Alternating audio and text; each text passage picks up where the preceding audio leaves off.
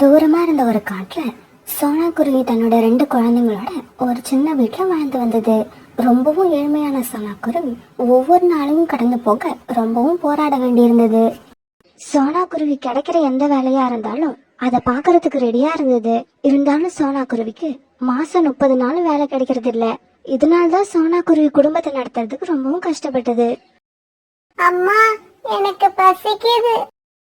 குக்கு, சும்மா இருக்க மாட்டேன். அம்மாவுக்கு தான் நேத்து எங்கேயும் வேலை கிடைக்கலல்ல, கொஞ்சம் பொறுத்துக்கு. இன்னைக்கு அம்மா வேலைக்கு போயிட்டு சாப்பிட ஏதாவது வாங்கிட்டு வருவாங்க. குழந்தைங்க 2 பேரும் பேசிக்கிறத கேட்ட சோனா குருவிக்கு அழுகுறத தவிர வேற என்ன பண்றதுன்னு தெரியல. குழந்தைங்களா, கவலைப்படாதீங்க, இருங்க, இன்னைக்கு நான் எப்படியாவது வேலை தேடி உங்களுக்கு நல்ல சாப்பாடு வாங்கிட்டு வந்து தரேன். இப்படி சொன்ன சோனா குருவி பிறகு வேலை தேடுறதுக்காக வெளியில பறந்து போச்சு. இப்படி பறந்து போன சோனா குருவி ஒரு பெரிய ஹோட்டலை பார்த்துட்டு அங்க வேலை கேட்க போச்சு. சரி சரி, குழந்தைங்க பட்னி கிடக்குதுன்னு சொல்ற, உன்னையும் பார்க்க பாவமா இருக்கு. இங்க இருக்கிற பாத்திரங்களை போய் சுத்தம் பண்ணி வச்சுட்டு போ, உனக்கு 100 ரூபாய் தரேன். உடனே சோனா குருவி அந்த ஹோட்டல்ல இருந்த பாத்திரங்களை எல்லாம் சந்தோஷமா சுத்தம் பண்ண ஆரம்பிச்சிச்சு. அப்பாடா, இன்னைக்கு நமக்கு வேலை கிடைச்சிருச்சு, நம்ம குழந்தைங்க இன்னைக்கு எப்படி இருந்தாலும் பட்னி கிடக்க மாட்டாங்க. இப்படி யோசிச்ச சோனா குருவி பிறகு கொஞ்ச நேரத்துல எல்லாம் அங்கிருந்த எல்லா பாத்திரங்களையும் சுத்தம் பண்ணி வச்சிருச்சு. காலு சார், இருந்த எல்லா பாத்திரங்களையும் நான் சுத்தம் பண்ணிட்டேன். எனக்கு வேற ஏதாவது வேலை இருந்தா சொல்லுங்க, அந்த வேலையும் செஞ்சுட்டு போறேன். கொஞ்ச தூரத்துல என்னோட ஸ்டோர் ரூம் ஒண்ணு ரொம்ப நாளா சுத்தம் பண்ணாம கிடக்கு, அந்த ரூமை சுத்தம் பண்ணணும். உன்னால அந்த வேலையை செய்ய முடியுமா? ரூம் எங்க இருக்குன்னு சொல்லுங்க காலு சார், நான் உடனே செஞ்சு முடிக்கிறேன். பிறகு காலுக்காக சோனா குருவி அந்த ஸ்டோர் ரூமுக்கு அழைச்சிட்டு போச்சு. இதுதான் அந்த ரூம். இத நல்ல முறையில சுத்தம் பண்ணி வைக்கணும். அப்படி சுத்தம் பண்ணி வச்சீன்னா இந்த வேலையை பாக்குறதுக்கு உனக்கு 100 ரூபாய் தருவேன். சரி சரி, நீ சுத்தம் பண்ணி வை, எனக்கு கொஞ்சம் வேலை இருக்கு, நான் வெளியில போயிட்டு வரேன். இப்படி சொல்லிட்டு காலுக்காக வெளியில போன உடனே சோனா குருவி அந்த ரூமை சுத்தம் பண்ண ஆரம்பிச்சது. அந்த ரூமை சுத்தம் பண்ண ஆரம்பிச்ச சோனா குருவி ரொம்பவும் கஷ்டப்பட்டு அந்த ரூமை சுத்தம் பண்ணி முடிச்சது. இப்படி சோனா குருவி அந்த ரூமை சுத்தம் பண்ணி முடிக்க சாயங்காலம் ஆயிடுச்சு. ஆனா அது வரைக்கும் காலுக்காக வரவே இல்லை. இதனால சோனா குருவி மறுபடியும் காலுக்காகத்தோட ஹோட்டலுக்கு பறந்து போச்சு. ஆனா காலுக்காக அங்கேயும் இல்ல. ஆமா, நீங்க எதுக்காக என்னோட கணவரை தேடுறீங்க? காலையில நான் இந்த ஹோட்டல்ல பாத்திரம் விளக்குற வேலை பார்த்தேன். அதுக்கு 100 ரூபாய் எனக்கு சம்பளம் தரணும். அது மட்டும் இல்லாம கொஞ்சம் தூரத்துல இருக்கிற உங்களோட ஸ்டோர் ரூமையும் என்ன சுத்தம் பண்ண சொன்னாங்க. கிட்டத்தட்ட 1/2 நாள் அந்த ரூமை நான் சுத்தம் பண்ணியிருக்கேன். 2க்கும் சேர்த்து நீங்க எனக்கு 200 ரூபாய் பணம் தரணும். என்னது, இந்த 2 வேலையும் நீ பாத்தியா? நான் இந்த 2 வேலையும் அவரை தானே பார்க்க சொல்லியிருந்தேன். இங்க பாரு குருவி, உன்னை யாரு வேலை வாங்கினாங்களோ அவங்க வந்ததுக்கு அப்புறம் அவங்க கிட்டயே வந்து சம்பளம் வாங்கிக்க. எனக்கு இத பத்தி எதுவும் தெரியாது. சோனா உடனே கோரிக்காகத்துக்கிட்ட தன்னோட நிலைமையை எடுத்து சொல்லி எவ்வளவோ கெஞ்சி பார்த்தது. ஆனா கோரிக்காகத்தோட மனசு இறங்கவே இல்லை. விடாப்பிடியா சோனா குருவி அங்க இருந்து விரட்டி விட்டுடுச்சு. உடனே சோனா குருவி அழுதுகிட்டே அந்த இடத்த விட்டு கிளம்பி பறந்து போச்சு. என்னோட குழந்தைங்க காலையில இருந்து எதுவும் சாப்பிடாம பட்னியா இருக்காங்க. இப்ப அம்மா நமக்கு நிறைய உணவு எடுத்துட்டு வருவாங்கன்னு கனவுல இருப்பாங்க. இப்ப நான் எப்படி வெறுங்கையோட போக முடியும்? இப்படி யோசிக்கிட்டே வந்த சோனா குருவி பிறகு புறான் நடத்துற பிரியாணி கடைக்கு போச்சு. புறாண்ணா, நான் ஏற்கனவே உங்களுக்கு கடன் கொடுக்கணும். இருந்தாலும் இப்பவும் எனக்கு உங்ககிட்ட கடன் வாங்குறத தவிர வேற வழியே இல்லை. சோனா, கஷ்டங்கிறது எல்லாருக்கும் ஒரு நாள் வரும்.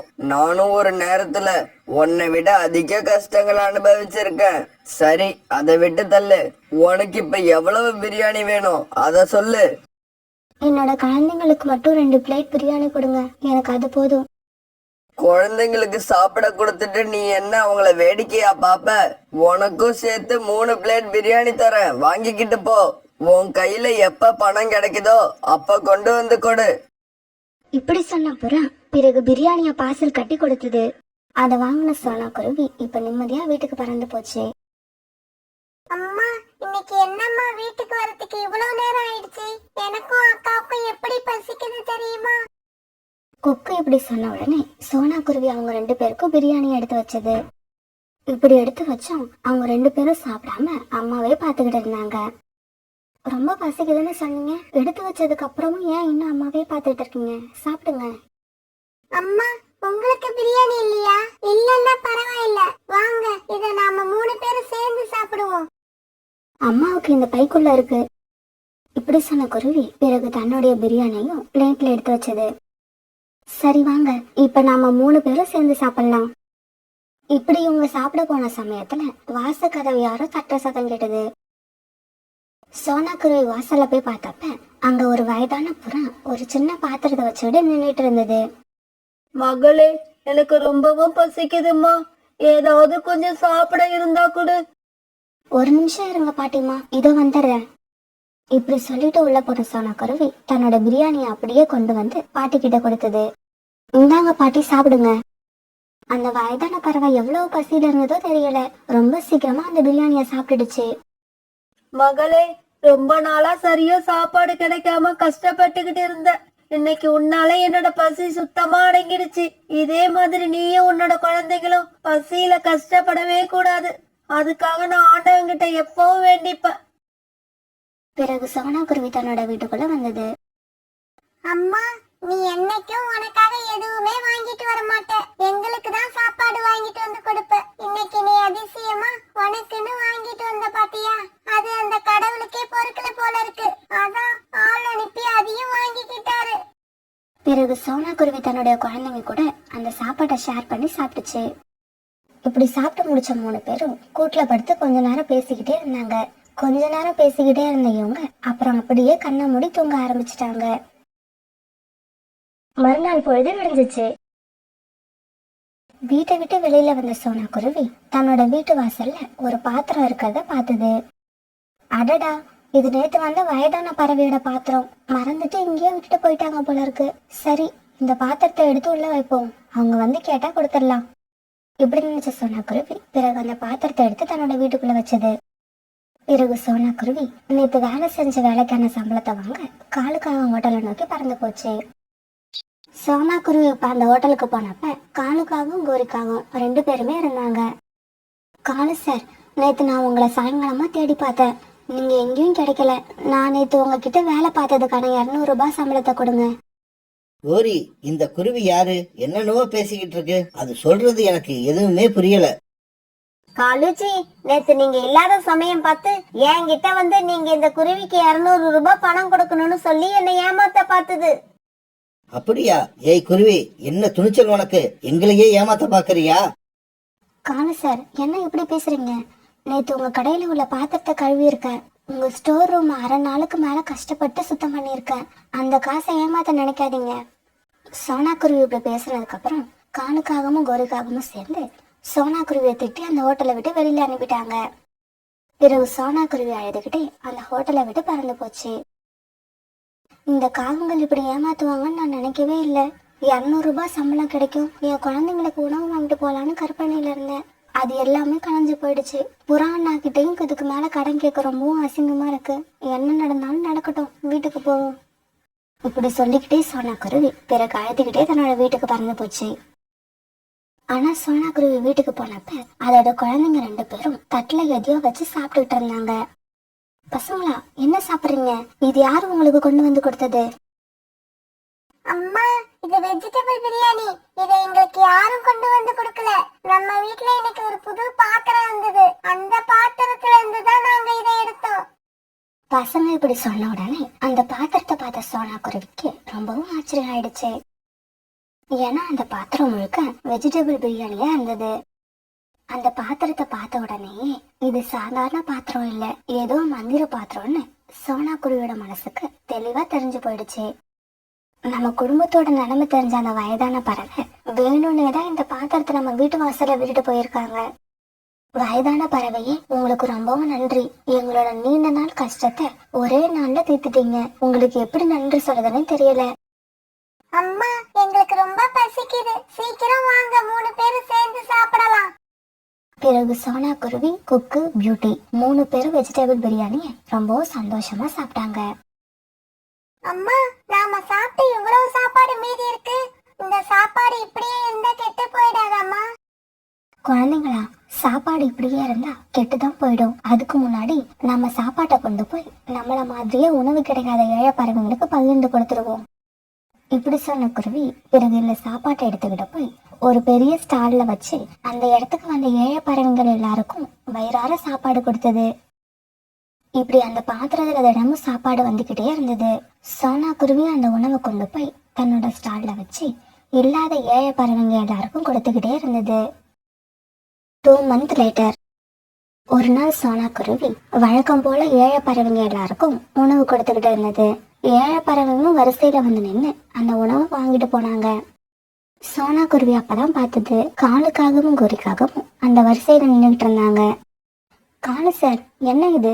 அவ்வளவு பெரிய ஹோட்டலுக்கு ஓனர், அதுவும் இல்லாம என்ன மாதிரி வேலை செய்ய வர பறவைங்களுக்கு சம்பளம் கொடுக்காம ஏமாத்தியும் நிறைய பணம் சேர்த்திருக்கீங்க. அவ்வளவு இருந்தும் பின்னையா நீங்க இந்த வரிசையில வந்து நிக்கிறீங்க? போங்க இந்த இடத்த விட்டு, உங்களுக்கு எல்லாம் சாப்பாடு இங்க கிடையாது. சோனா, அப்படி சொல்லாத சோனா. நாங்க இப்ப முன்ன மாதிரி இல்ல. நிறைய பேரோட வயிற்றுச்சலை கொட்டிக்கிட்டு எல்லாரையும் ஏமாத்துறது உண்மைதான். அதுக்கு கடவுள் எங்களுக்கு தகுந்த தண்டனையை கொடுத்துட்டாரு. காலேஜுக்கும் எனக்கும் திடீர்னு ஒரு நோய் வந்து வியாபாரத்தை கவனிக்க முடியாம போய் எல்லா சொத்தும் எங்க கையை விட்டு போயிடுச்சு. நேத்து ராத்திரில இருந்து நாங்க எதுவும் சாப்பிடல. பிறகு மனசிறங்கின சோனா குருவி காகங்களுக்கு சாப்பாடு கொடுக்க அவங்களும் அந்த சாப்பாடை வாங்கி சாப்பிட ஆரம்பிச்சாங்க.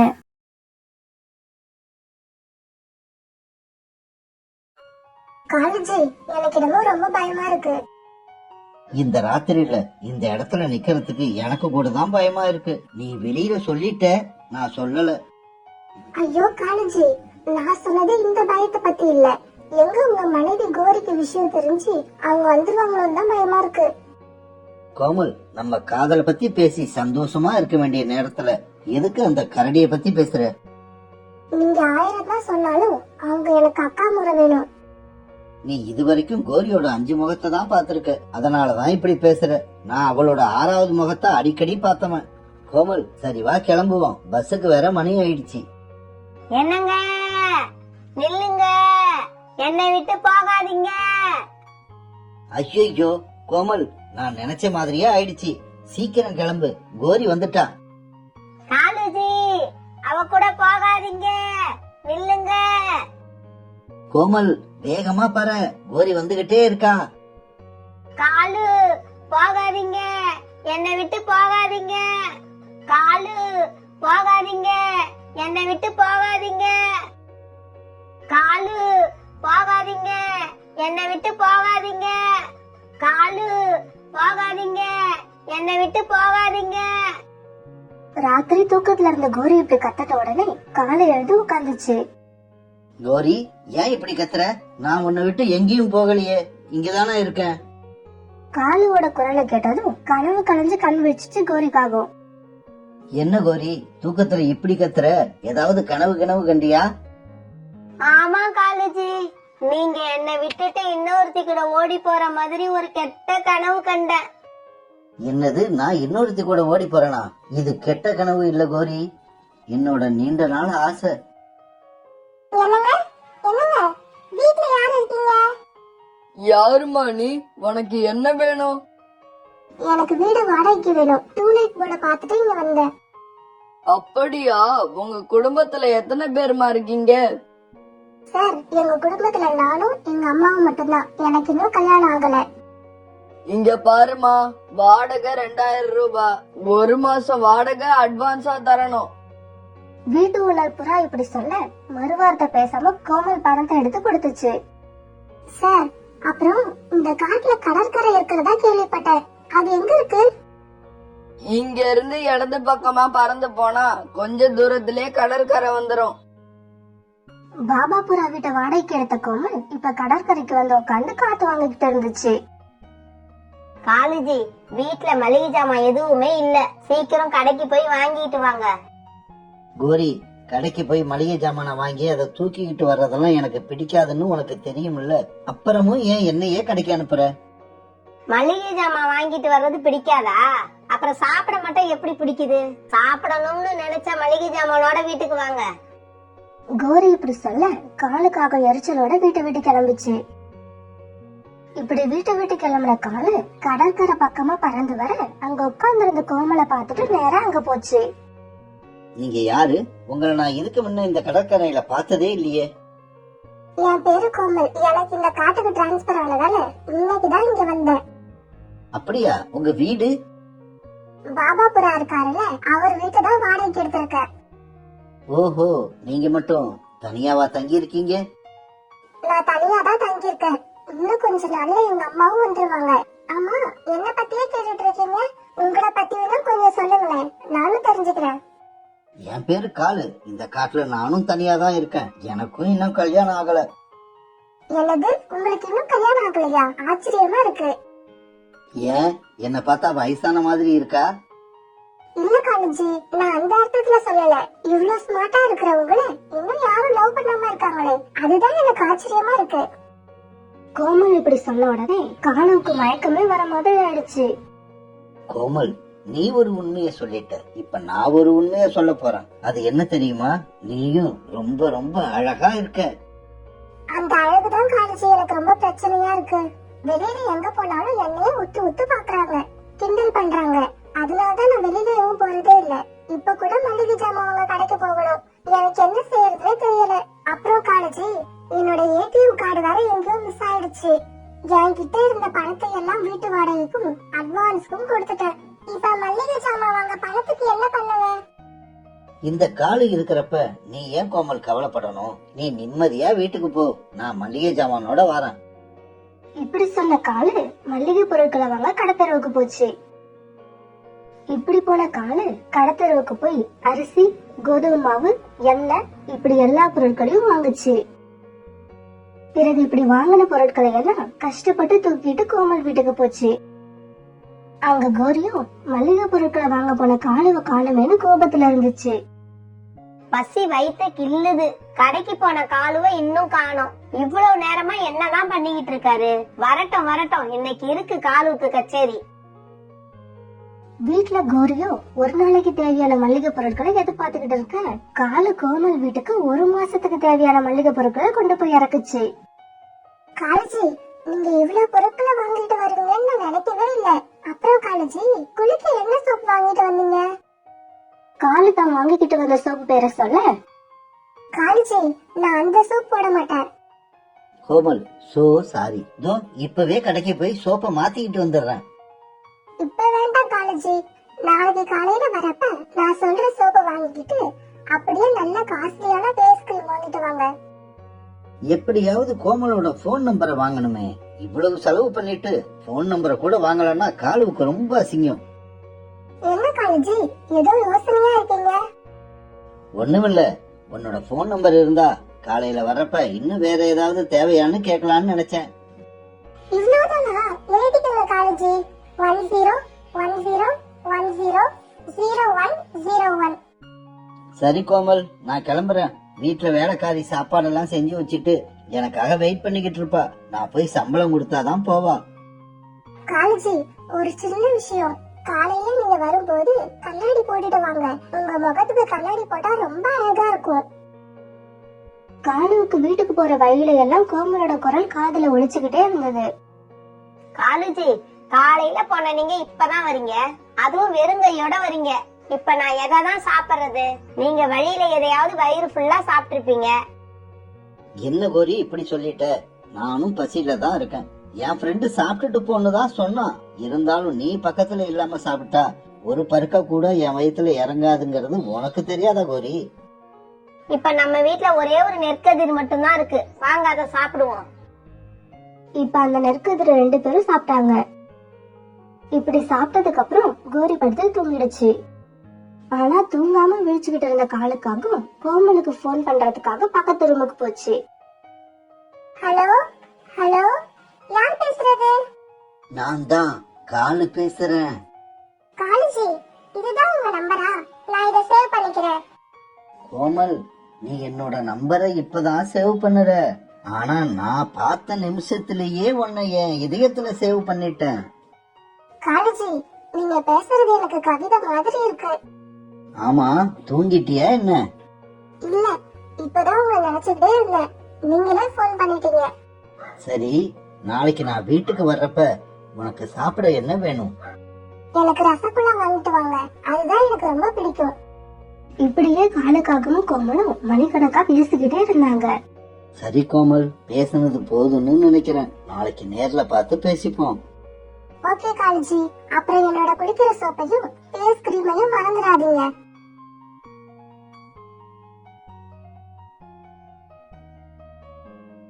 மறுநாள் காலையில காலுக்காக கண்ணாடி போட்டுக்கிட்டு அழகு பாத்துக்கிட்டு இருந்தது.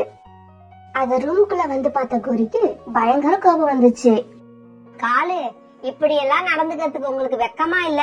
உங்க வயசு என்னன்னு கொஞ்சம் யோசிச்சு பாத்தீங்களா? கோரி, எனக்கு என்ன வயசாயிடுச்சு? என்னோட ரெக்கைகள்ல ஒரு வெள்ளை முடிய காட்ட முடியுமா உன்னால?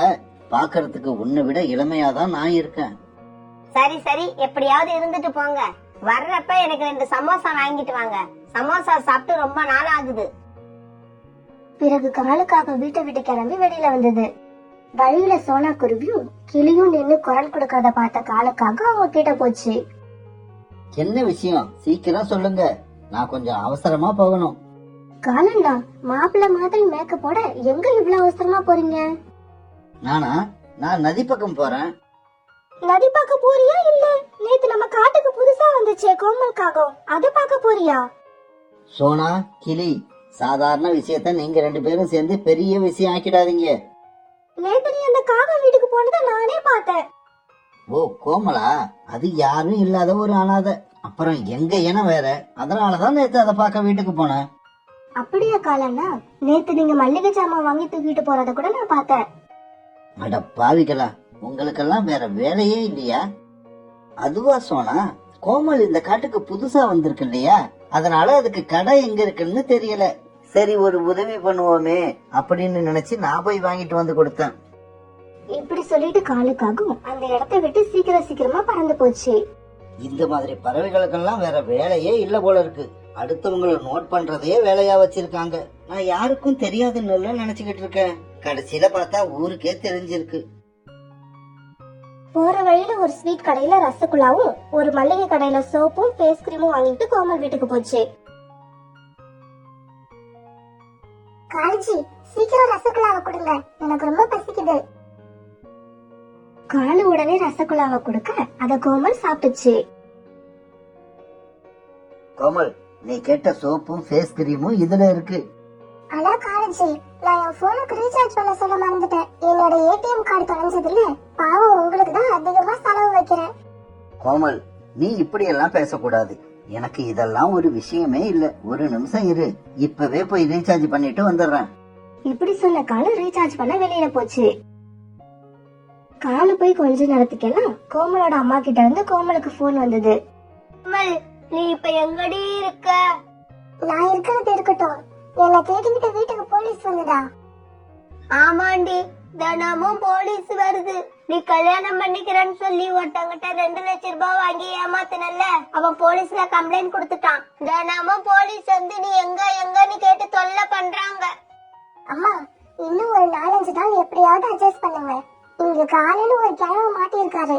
காலுக்கிட்ட இருந்து மொத்தமா ஒரு அமௌண்ட் அடிச்சுட்டு வந்துடுறேன். அப்புறமா நம்ம 2 பேரும் கிளம்பி வேற ஏதாவது ஒரு காட்டுக்கு ஓடி போயிடலாம். கோமல் வீட்டை விட்டு கிளம்பின காலு ரீசார்ஜ் பண்ற கடைக்கு போச்சு. இப்படி கடைக்கு போன காலு கோமலோட மொபைல் நம்பருக்கு 500 ரூபாய்க்கு ரீசார்ஜ் பண்ணுச்சு. இந்த நம்பர் அந்த கோமல் காகத்தோட நம்பர் தானே? ஆமா, இது கோமல் காகத்தோட நம்பர் தான். இது கோமல் காகத்தோட நம்பர்னு உனக்கு எப்படி தெரியும்? ஒரு நாள் நம்ம கடைக்கு ரீசார்ஜ் பண்ண வந்திருந்தது. கோமல் ரொம்ப அழகா இருந்துச்சு. அதனால கோமலோட முகமும் அந்த நம்பரும் என் நெஞ்சில அப்படியே பதிஞ்சு போயிடுச்சு. பிறகு காலுக்காக கோமல் வீட்டுக்கு பறந்து போச்சு. பாக்குறவன்லாம் கோமல் அழகு அழகுன்னு சொல்றான். இனி எதுக்காகவும் வீட்டை விட்டு வெளியில வராதுன்னு கோமல்கிட்ட சொல்லி வைக்கணும். இப்படி நினைச்சுக்கிட்டே போன காலு மறுபடியும் கோமல் வீட்டுக்கு போச்சு. காலேஜி, எனக்கு ஒரு தேவைனா இப்படி உடனே நிறைவேற்றுறீங்க. அதனால நான் இப்ப ஒரு முடிவுக்கு வந்துட்டேன். என்ன முடிவு கோமல்? நான் உங்களை கல்யாணம் பண்ணிக்க முடிவு பண்ணிட்டேன். இத கேட்ட காலுவுக்கு ரொம்ப சந்தோஷமா இருந்தாலும் கோரியை என்ன பண்றதுன்னு நினைக்கும் போது காலுவுக்கு கொஞ்சம் குழப்பமாவே இருந்துச்சு. அப்புறம் காலேஜி, உங்க வீடு எவ்வளவு பெருசு? இன்னைக்கு நானும் உங்க கூட வந்து உங்க வீட்டை பார்க்க போறேன். கோமல் திடீர்னு இப்படி சொன்ன உடனே காலுவுக்கு ரொம்ப பயமாயிடுச்சு. ஏன்னா கோரி வீட்ல இருக்கப்ப கோமல் அங்க வந்தா என்ன ஆகும்னு காலுவுக்கு நல்லாவே தெரியும். கோமல், அது உன்னோட வீடு, நீ எப்ப வேணாலும் வரலாம். இருந்தாலும் இன்னைக்கு எனக்கு வெளியில கொஞ்சம் வேலை இருக்கு. நீ இன்னும் ஒரு நாள் வீட்டுக்கு வரலாம். காலேஜி, சரி, நான் இன்னைக்கு வரல, ஆனா நாளைக்கு வருவேன். சரி வா, ஆனா மதியத்துக்கு அப்புறம் வா, அப்பதான் வீட்டுக்கு நானும் வருவேன். சரி காலேஜி, நம்ம கல்யாணத்தை பத்தி நீங்க எதுவும் சொல்லவே இல்லையே. உங்களுக்கு என்ன கல்யாணம் பண்ண இஷ்டம் இல்லையா? என்ன கோமல் இப்படி கேட்டுட்ட? உன்னை கல்யாணம் பண்ண நான் கொடுத்து வச்சிருக்கணும். இருந்தாலும் கோரியை என்ன பண்றதுன்னு தான் யோசிச்சுக்கிட்டு இருக்கேன். கோரியா? யார் கோரி? கோமல், கோரிங்கிறது என் வீட்டு வேலைக்காரி பேரு. ரொம்ப நாளா என் வீட்டுல வேலை பாக்குறா. திடீர்னு எப்படி வேலையை விட்டு நிப்பாட்டுறது, அதுதான் யோசிக்கிறேன். காலேஜி, அவங்கள எதுக்காக வேலையை விட்டு நிறுத்தணும்? நமக்கு கல்யாணம் ஆனதுக்கு அப்புறமும் அவங்களே தொடர்ந்து வேலையில இருக்கட்டும். நீங்க வீட்டுல இல்லாதப்ப எனக்கும் பேச்சு துணைக்காகும். சரி கோமல், நான் கிளம்புறேன். போறப்ப சமோசா வேற வாங்கிட்டு போகணும். சமோசாவா? யாருக்கு? சமோசாவா? அது என் வீட்டுல வேலை செய்யற கோரிக்கு தான். காலேஜி, நீங்களும் எவ்வளவு நல்லவங்களா இருக்கீங்க. வீட்டுல உள்ள வேலைக்காரிக்கெல்லாம் சமோசா வாங்கிட்டு போய் தரீங்க. பிறகு காலு கோமல் வீட்டை விட்டு கிளம்பி பறந்து போச்சு. வழியில ஒரு சமோசா கடையில நின்னு 2 சமோசாவும் வாங்கிச்சு. காலேஜி, என்ன ஞாபகம் வச்சிருந்து இந்த சமோசா வாங்கிட்டு வந்ததுக்கு ரொம்ப தேங்க்ஸ். சமோசா ரொம்ப சூப்பரா இருக்கும் கோரி. சுட சுட வாங்கிட்டு வந்திருக்கேன். சீக்கிரம் சாப்பிடு. வாங்க காலு, 2 பேரும் சாப்பிடுவோம். எனக்கு வேண்டாம் கோரி, நீ சாப்பிடு. காலு, உங்களை பார்க்க வச்சுக்கிட்டு என்னால எப்படி சாப்பிட முடியும்? வாங்க, ஆளுக்கு ஒன்னா சாப்பிடுவோம். பிறகு 2 பேரும் ஆளுக்கு ஒரு சமோசாவை சாப்பிட்டு முடிச்சாங்க. பிறகு ராத்திரி ஆச்சு. கோரி, இன்னைக்கு சீக்கிரமா படுக்கணும். எனக்கு தூக்கமா வருது. என்ன காலேஜி, இன்னைக்கு இவ்வளவு சீக்கிரமா படுக்கணும்னு சொல்றீங்க? நான் கொஞ்ச நேரம் பேசிட்டு இருக்கலாம்னு பார்த்தேன். கோரி, எனக்கு உடம்பெல்லாம் வலிக்குது, தூங்கணும் போல இருக்கு. நான் வேணும்னா உடம்ப அமுக்கி விடவா காலேஜி? ஐயோ கோரி, நீ எனக்காக எதையும் செய்ய வேண்டாம், தூங்குனா போதும். காலு இப்படி சொல்ல கோரி படுத்து தூங்குச்சு.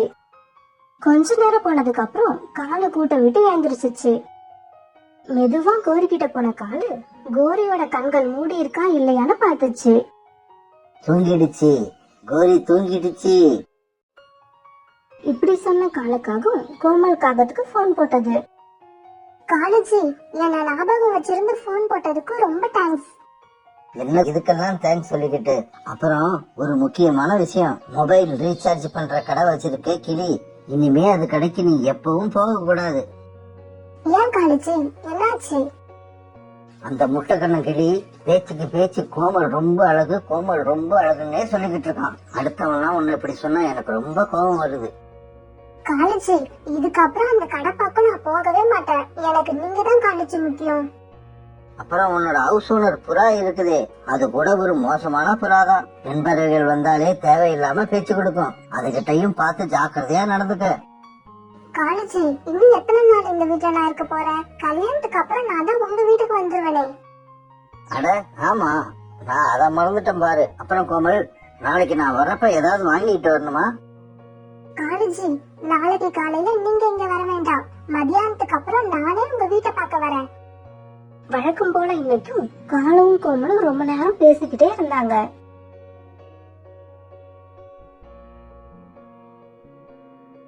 மறுநாள் காலையில காலு சீக்கிரமா எழுந்திருச்சு. கோமல் வீட்டுக்கு வர்றப்ப கோரி இங்க இருந்தா சரியா வராது. கோரியை எங்கேயாவது வெளியில அனுப்பணும். எங்க அனுப்புறது, எப்படி அனுப்புறது? இப்படி யோசிச்சுக்கிட்டு இருந்த காலுவுக்கு ஒரு நல்ல ஐடியா கிடைச்சது. இந்த ஐடியா தான் சரி, இப்படியே செய்வோம். கோரி, எழுந்திரி. எவ்வளவு நேரம் தான் தூங்கிக்கிட்டே இருப்ப? சீக்கிரம் எழுந்திரி. காலேஜி, என்னாச்சு? ஏன் இவ்வளவு அவசரமா எழுப்புறீங்க? கோரி, ரொம்ப நாளா உங்க அம்மாவை போய் பாக்கணும்னு சொல்லிக்கிட்டே இருந்தீல்ல, இன்னைக்கு போய் பாத்துட்டு வந்துரு. காலேஜி, உண்மையாவா சொல்றீங்க? என் காதை என்னாலேயே நம்ப முடியல. எங்க அம்மா வீட்டுக்கு போகணும்னு சொன்னாலே திட்டுவீங்க. இன்னைக்கு எப்படி காலேஜி நீங்களாவே போகணும்னு சொல்றீங்க? அதுவா, நீ உங்க அம்மா மேல வச்சிருக்க பாசத்தையும் உங்க அம்மா உன் மேல வச்சிருக்க பாசத்தையும் இத்தனை நாள் நான் புரிஞ்சுக்கவே இல்லை. இன்னைக்குதான் புரிஞ்சுக்கிட்டேன். காலு, அப்படின்னா நீங்களும் என் கூட வாங்கலாம். எங்க அம்மா உங்களை பார்த்தா ரொம்ப சந்தோஷப்படுவாங்க. இல்ல கோரி, என்னால இன்னைக்கு வர முடியாது. இன்னைக்குன்னு பார்த்து எனக்கு ஒரு முக்கியமான வேலை இருக்கு. இந்த பணத்தை வச்சுக்க. உங்க அம்மா வீட்டுக்கு போறப்ப வெறுங்கையோட போகாம ஏதாவது வாங்கிட்டு போ. காலு இப்படி சொல்ல கோரி ரொம்ப சந்தோஷமா அந்த பணத்தை எடுத்துட்டு கிளம்பி போச்சு. கோரி போய் கொஞ்ச நேரத்துக்கெல்லாம் கோமல் கிட்ட வந்து காலுக்காகத்துக்கு போன் வந்தது. கோமல், கோமல், நீ இப்ப தாராளமா வீட்டுக்கு வரலாம். நான் உனக்காக வெயிட் பண்ணிக்கிட்டு இருக்கேன். காலேஜி, உங்ககிட்ட ஒரு முக்கியமான விஷயம் சொல்லணும். ஆனா அதை எப்படி சொல்றதுன்னு தெரியல. சாதாரண விஷயமா இருந்தா நேர்ல வந்து சொல்லு. ரொம்ப முக்கியமான விஷயமா இருந்தா பொண்ணுலயே சொல்லு. காலு இருங்க, நான் நேர்ல வந்து சொல்றேன். கோமல் இப்படி சொல்லிட்டு போனை கட் பண்ணி வச்சிருச்சு. கோமல் முக்கியமான விஷயம்னு சொன்ன உடனே காலுக்காகத்துக்கு ரொம்ப குழப்பமாயிருச்சு. ரொம்ப முக்கியமான விஷயமா? அப்படி என்ன கோமலுக்கு இப்ப ரொம்ப முக்கியமான விஷயம்? காலை இப்படி யோசிச்சுக்கிட்டு இருக்கும் போது கோமல் காலு வீட்டுக்கு வந்துருச்சு. கோமல், ரொம்ப முக்கியமான விஷயம்னு சொன்னீங்க, என்னது? காலை இப்படி கேட்டதுக்கு கோமல் எந்த பதிலும் சொல்லாம அழுதுகிட்டே இருந்தது. கோமல், இந்த கால் உயிரோட இருக்கிற வரைக்கும் உன் கண்ணுல கண்ணீரே வரக்கூடாது. சொல்லு, நீ அழுகுற அளவுக்கு என்ன விஷயம் நடந்தது? காலேஜி, எங்க அம்மாவை ஹாஸ்பிட்டல்ல சேர்த்திருக்காங்களாம். அப்படியா? என்னாச்சு உங்க அம்மாவுக்கு? எங்க அம்மாவுக்கு இதயம் துடிச்சுக்கிட்டே இருக்கும். உயிரோட இருக்கிற எல்லாருக்கும் இதயம் துடிச்சுக்கிட்டே தான் இருக்கும். உங்க அம்மா ஏன் இதுக்கெல்லாம் ஹாஸ்பிட்டல் போறாங்க? ஐயோ காலேஜி, எங்க அம்மாவுக்கு எல்லாரும் மாதிரியும் துடிக்கல, ரொம்ப வேகமா துடிக்குதாம். அதை சரி செய்யணும்னா ஒரு ஆபரேஷன் செய்யணுமா. ஒரு ஆபரேஷன் தானே கோமல், செஞ்சுக்க வேண்டியது தானே. காலேஜி, அந்த ஆபரேஷனுக்கு 1 லட்சம் ரூபாய் செலவாகும். நான் அவ்வளவு பணத்துக்கு எங்க போவேன்? எங்க அம்மா என்னை விட்டு போயிடுவாங்க போல இருக்கு. கோமல், காலு இருக்கிறப்ப நீ இந்த மாதிரி எல்லாம் பேசவே கூடாது. நீ எதையும் செய்ய வேணாம், இந்த காலு எல்லாத்தையும் பாத்துப்பான். இப்படி சொன்ன காலு லாக்கரை திறந்து அதுல இருந்து 1 லட்சம் ரூபாய் எடுத்துக்கிட்டு வந்து கோமல் கிட்ட கொடுத்துருச்சு. இதுல 1 லட்சம் ரூபாய் இருக்கு, இதை எடுத்துக்க. நானும் வரேன், உங்க அம்மாவை போய் பார்த்து கொடுத்துட்டு வருவோம். காலு இப்படி சொன்ன உடனே கோமலுக்கு அதிர்ச்சி ஆயிடுச்சு. இருந்தாலும் சமாளிச்சுக்கிட்டு இப்படி பேச ஆரம்பிச்சது. காலு, எங்க அம்மாவுக்கு இதயம் ஏற்கனவே வீக்கா இருக்கு. இதுல என் கூட ஒரு ஆண் பறவைய பார்த்து அந்த அதிர்ச்சியில அவங்களுக்கு ஏதாவது ஆயிட்டா என்ன பண்றது? கோமல், இத நான் யோசிக்கவே இல்ல. சரி, நீ மட்டும் போயிட்டு வா. போன உடனே அம்மாவுக்கு எப்படி இருக்குன்னு போன் பண்ணு. காளி இப்படி சொல்ல கோமல் அந்த பணத்தை எடுத்துக்கிட்டு பறந்து போச்சு. பிறகு அன்னைக்கு சாயங்காலம் ஆச்சு. அம்மா வீட்டுக்கு போன கோரிக்காக திரும்பி வந்துச்சு. என்ன கோரி, அத்தை எப்படி இருக்காங்க? அம்மா நல்லாதான் இருக்காங்க. ஆனா நீங்க வராததுதான் அவங்களுக்கு பெரிய குறை. அப்புறம் காலேஜி, வீட்டுக்கு யாராவது புதுசா வந்தாங்களா? யாரும் வரலையே. ஏன், எதுக்கு கேக்குற? இல்ல, நம்ம வீட்டுக்குள்ள ஏதோ சென்ட் வாசனை வராப்புல இருந்துச்சு, அதனாலதான் கேட்டேன். ஓ, அதுவா? நம்ம காட்டுக்கு புதுசா கோமல்னு ஒரு காகம் வந்திருக்கு. அது நம்ம வீடு ரொம்ப பெரிய வீடுன்னு கேள்விப்பட்டு நம்ம வீட்டை பார்க்க வந்தது. ஆனா நான் கோரி வீட்டுல இல்லாதப்ப யாருக்கும் வீட்டுக்குள்ள வர பர்மிஷன் இல்லைன்னு சொல்லி திருப்பி அனுப்பிட்டேன். நான் செஞ்சது சரிதானே கோரி? காலுவா இப்படி பேசுறது? என்னால நம்ப முடியலையே. 2 நாளா நம்ம காலேஜ் கண்ணாடி எல்லாம் வேற மாட்டிக்கிட்டு கோமாளி மாதிரி தெரிஞ்சுக்கிட்டு இருக்கு. நாளைக்கு காலையில வெளியே போய் விசாரிச்சாதான் உண்மை என்னன்னு தெரிய வரும். அன்னைக்கு ராத்திரி ஆச்சு. கோரிக்காக ரொம்ப தூரம் பறந்து வந்த களைப்புல நல்லா தூங்கிடுச்சு. மெதுவா பக்கத்து ரூமுக்கு போன காலு கோமலுக்கு போன் போட்டுச்சு. The subscriber is currently switched off. Please try after some time. इस समय उपभोक्ता का मोबाइल என்ன இது, போன் சுவிட்ச் ஆஃப் பண்ண வருது? ஹாஸ்பிட்டல்ல இருக்கிறதால கோமல் போனை சுவிட்ச் ஆஃப் பண்ணி இருக்குமோ? இப்படியே யோசிக்கிட்டு இருந்த காலுக்காக அப்படியே தூங்கிடுச்சு. மறுநாள் காலையில கோமல் காகம் குடியிருந்த வீட்டுக்கு முன்னால 2 போலீஸ் நின்னுகிட்டு இருந்தாங்க. சார், நீங்க ஏன் இங்க நின்னுகிட்டு இருக்கீங்க? இந்த வீட்டுல குடியிருந்த கோமல் காகத்து மேல 10 சீட்டிங் கேஸ் இருக்கு. அதனால அதை கைது பண்ண இங்க வந்தப்ப நாங்க வர்றது தெரிஞ்சு இங்க இருந்து எப்படியோ எஸ்கேப் ஆயிடுச்சு. நாங்க இப்ப கோமல் காகத்தை தேடிக்கிட்டு தான் இங்க வந்திருக்கோம். கோமல் காகத்தை நாங்க கைது பண்ணாம விட மாட்டோம். போலீஸ் இப்படி சொன்னதை கேட்ட புறாவும் கிளியும் சத்தம் போட்டு அழ ஆரம்பிச்சாங்க. போச்சு போச்சு, என் பணம் எல்லாம் போச்சு. 1 மணி நேரத்துல திருப்பி தரேன்னு சொல்லி என்கிட்ட வாங்கின 20,000 எடுத்துக்கிட்டு இந்த கோமலுக்காக எங்கேயோ ஓடி போயிடுச்சு. இன்னைக்கு காலையில திருப்பி தரேன்னு சொல்லிட்டு நேத்து ராத்திரி கோமல் என்கிட்ட வாங்கின 10,000 ரூபாய நான் யாருகிட்ட போய் வசூல் பண்ணுவேன்? இவங்க இப்படி அழுதுகிட்டு இருக்கத பார்த்த சோனா குருவி நேரா அவங்க கிட்ட போய் நடந்தது என்னன்னு விசாரிச்சது. புறாவும் கிளியும் நடந்த எல்லாத்தையும் சோனா கிட்ட சொன்னாங்க. உங்ககிட்டயே கோமல் இவ்வளவு ஏமாத்திருக்குன்னா காலன்னா கோமல் வீட்டுக்கெல்லாம் போய்கிட்டு இருந்ததே, அவரு எவ்வளவு கொடுத்து ஏமாந்தாரோ. வாங்க காலண்ணா கிட்ட போய் விஷயத்த சொல்லுவோம். பிறகு சோனா, புறா, கிளி இப்படி எல்லாரும் காளை வீட்டுக்கு போனாங்க. காளை வீட்டுக்கு போன இவங்க காலுக்காகத்துக்கிட்டையும் கோரிக்காகத்துக்கிட்டையும் போலீஸ் வந்ததுல இருந்து நடந்தது எல்லாத்தையும் சொன்னாங்க. இது எல்லாத்தையும் கேட்ட காலுக்காகவும் நாமளும் நல்லா ஏமாந்துட்டோம்னு நினைச்ச உடனே கண்ணீர் விட்டு அழுதுது. காலுக்காக கண்ணீர் விடுறத பார்த்த கோரிக்காகவும், ஐயையோ காலேஜி நீங்க ஏன் அழுவுறீங்க? நீங்க அழறத பார்த்தா நீங்களும் வீட்டுல இருந்த பணத்தை எல்லாம் தூக்கி கொடுத்த மாதிரி இருக்கு. இப்படி கேட்டுக்கிட்டே போய் பீரோவை கோரி திறந்து பார்க்க அங்க 1 ரூபா கூட பணம் இல்ல. கோரி, என்ன மன்னிச்சிடு கோரி, நான் பெரிய தப்பு பண்ணிட்டேன். கோமல் அவங்க அம்மாவுக்கு ஆபரேஷன் சொன்னதை நம்பி இருந்த பணத்தை எல்லாம் கொடுத்து ஏமாந்துட்டேன். இப்படி பணத்தை கொடுத்தவங்க எல்லாம் அழுதுட்டு இருக்க கோரி மட்டும் அழாம இருந்தது சோனாவுக்கு ஆச்சரியமா இருந்தது.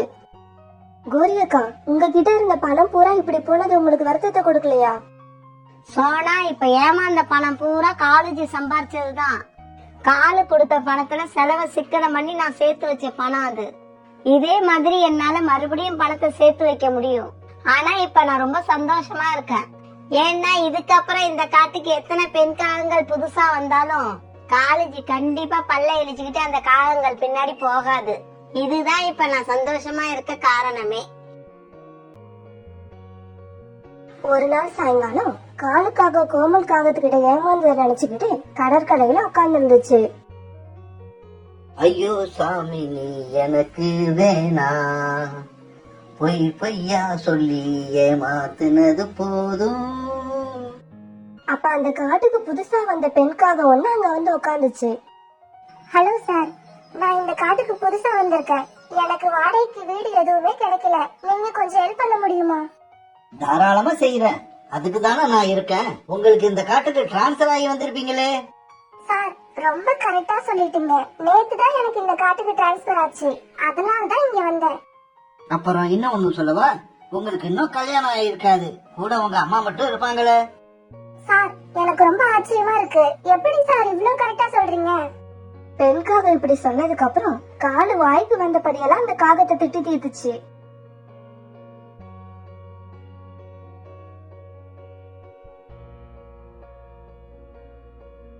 அதனால அந்த பெண்காக அழுதுகிட்டே அந்த இடத்த விட்டு போச்சு.